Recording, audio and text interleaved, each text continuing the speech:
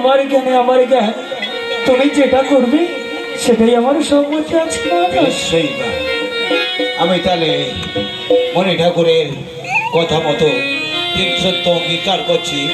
বলুন মণি ঠাকুর, বলুন কি তিন সত্য অঙ্গীকার করতে হবে? আগে সত্য পালন করুন, বলুন। তারপর বলবো।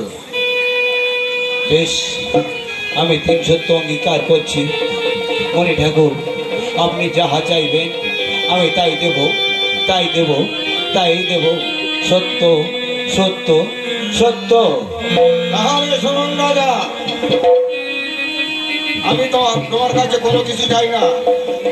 আমি চাই তোমার সিংহাসনের তলা থেকে এক মুষ্টি মাটি। মহারাজ, মহারাজ, আপনি হাসছেন কেন মহারাজ? শুনেছো সেই? শুনেছি মহারাজ। মণি ঠাকুর কি ভিক্ষা চেয়েছে তুমি শুনেছো? হ্যাঁ মহারাজ। তুমি বলো, আমি মণি ঠাকুরকে এক মুষ্টি মাটি ভিক্ষা দেবো? হ্যাঁ মহারাজ, কেন দেবেন না? আপনি যে মণিবাড়ির কাছে তিন সত্য অঙ্গীকার করেছেন, আপনাকে তো দিতেই হবে মহারাজ। বেশ, দিন। বেশ, সেইভাবে বেশ। আমি আমার সিংহাসনের নিচের এক মুষ্টি মাটি মণি ঠাকুরকে ভিক্ষা দিচ্ছি।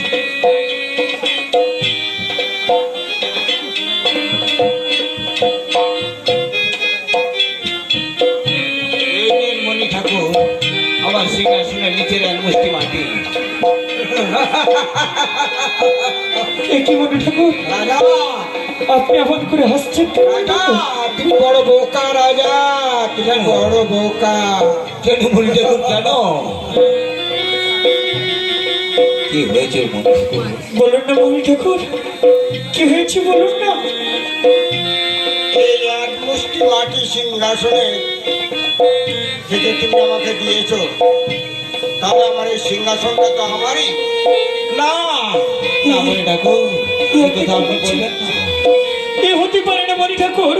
সামান্য সিংহাসনের নিয়ে যদি এক মুষ্টি মাটি আপনাকে দিয়েছি বলে আপনার এই সিংহাসন হতে পারে না। হ্যাঁ, এই সিংহাসন আমার, এই রাজ্য আমার। না